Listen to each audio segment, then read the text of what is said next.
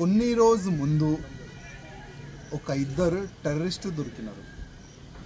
ఒక్క టెర్రరిస్ట్ ఆంధ్ర నుంచి, ఇంకో టెర్రరిస్ట్ తెలంగాణ నుంచి, సిరాజ్ సమీర్. ఇలా కొడుకులు పేద ప్రజలని సంపనికి టిఫిన్ బాంబులు తయారు చేసినారంట. ఎక్కడెక్కడో ఆ టిఫిన్ బాంబు పెట్టి పేల్చనికి కుట్ర చేసినారంట. ఇట్లాంటి కొడుకులకి నేను ఒక మాట చెప్పాలనుకుంటున్నా. అరే ఫాల్తు కాదు, ఇంకా ఎంతమంది అమాయకుల్ని మీరు చంపుతారా? గతంలో కూడా లుంబిని పార్క్ కానీ, గోకుల్ చాట్ బండార్ కానీ, అదేవిధంగా మన సాయిబాబా గుడి కాడ కానీ ఎవరిని చంపినారా మీరు? పేద ప్రజలు రావాలి. బస్ స్టాప్ కాడ ఎవరు నిలబడతారా? బస్ స్టాప్ కాడ ఎవరి దగ్గర బైక్ లేదు, 4 వీలర్ లేదు. పేద ప్రజలు రావాలి, చనిపోయినారా? లుంబిని పార్క్లో ఫ్యామిలీ సహా ఆ షో చూడడానికి వస్తే వాళ్ళ మధ్యలో కూడా బాంబు పెట్టి వాళ్ళకి చంపేసినారు కదా. ఎవరు రావాలి? పేద ప్రజలు రావాలి. అదేవిధంగా గోకుల్ చాట్ బండార్లో ఏదైనా ఒక మంచి తినడానికి ఎవరు వస్తారా? పెద్దోళ్ళు ఉంటే 5 స్టార్ హోటల్లో, వేరే హోటల్లో పోతారా? కానీ ఎక్కడ కూడా వచ్చే పేద ప్రజలు రా, వాళ్ళు కూడా మీరు చంపేస్తారు. అదేవిధంగా ఇప్పుడు ఇంకా ఇద్దరు దొంగలు దొరికినారు చాలాగా.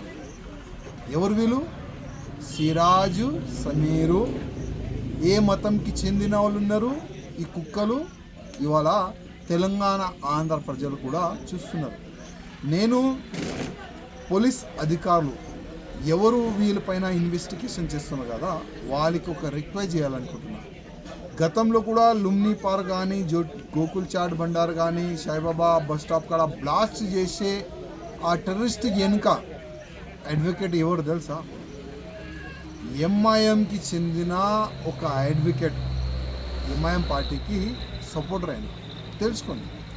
ఇప్పుడు ఈ కుక్కలు ఇద్దరు అరెస్ట్ అయినారు కదా, ఒక ఆంధ్ర నుంచి, ఒక తెలంగాణ నుంచి, ఇంకా ఎక్కడెక్కడ నుంచి ఎంతమంది అరెస్ట్ అయినారు అది ఏఎన్ఐ వాళ్ళు చెప్పాలి. వాళ్ళు చెప్పరు, ఎందుకంటే చాలా సీక్రెట్గా వాళ్ళు పెట్టుకుంటారు.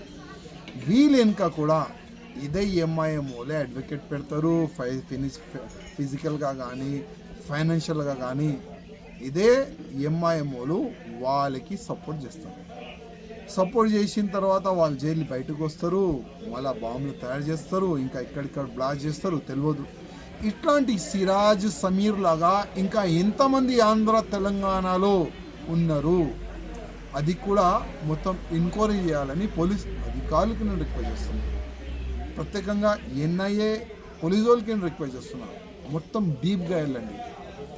అదేవిధంగా ఎన్ఐఏ పోలీస్ అధికారులకి రిక్వెస్ట్ చేస్తున్నాను, ఎవరెవరిని వీళ్ళు టార్గెట్ చేసినారు, ఏ నేతల్ని వీళ్ళు టార్గెట్ చేసినారు, ఏ హిందూ నేతల్ని వీళ్ళు టార్గెట్ చేసినారు, కనీసం వాళ్ళకి ఫోన్ చేసి చెప్పండి, లేకపోతే పిలిచి చెప్పండి, అయ్యా నువ్వు టార్గెట్లో ఉన్నావని. మాకు మీరు చెప్పే అవసరం లేదు, ఎందుకంటే నాకు మంచి సెక్యూరిటీ ఉన్నది. కానీ ఎవరికి సెక్యూరిటీ లేదు, కనీసం వాళ్ళకైనా మీరు ఫోన్ చేసి లేకపోతే పిలిచి చెప్పండి, అయ్యా నువ్వు టార్గెట్లో ఉన్నావని. ఎందుకంటే కర్ణాటకలో హిందూ కార్యకర్తల్ని, నేతల్ని చంపేస్తున్నారు. వేరే స్టేట్లో కూడా హిందుత్వ గురించి పనిచేసే వాళ్ళు కూడా చంపేస్తున్నారు. కనీసం ఆంధ్రాలో కానీ, తెలంగాణలో కానీ ఇట్లాంటి హిట్ లిస్ట్లో ఉన్న వాళ్ళకి కూడా మీరు కనీసం పిలిచి చెప్పండి.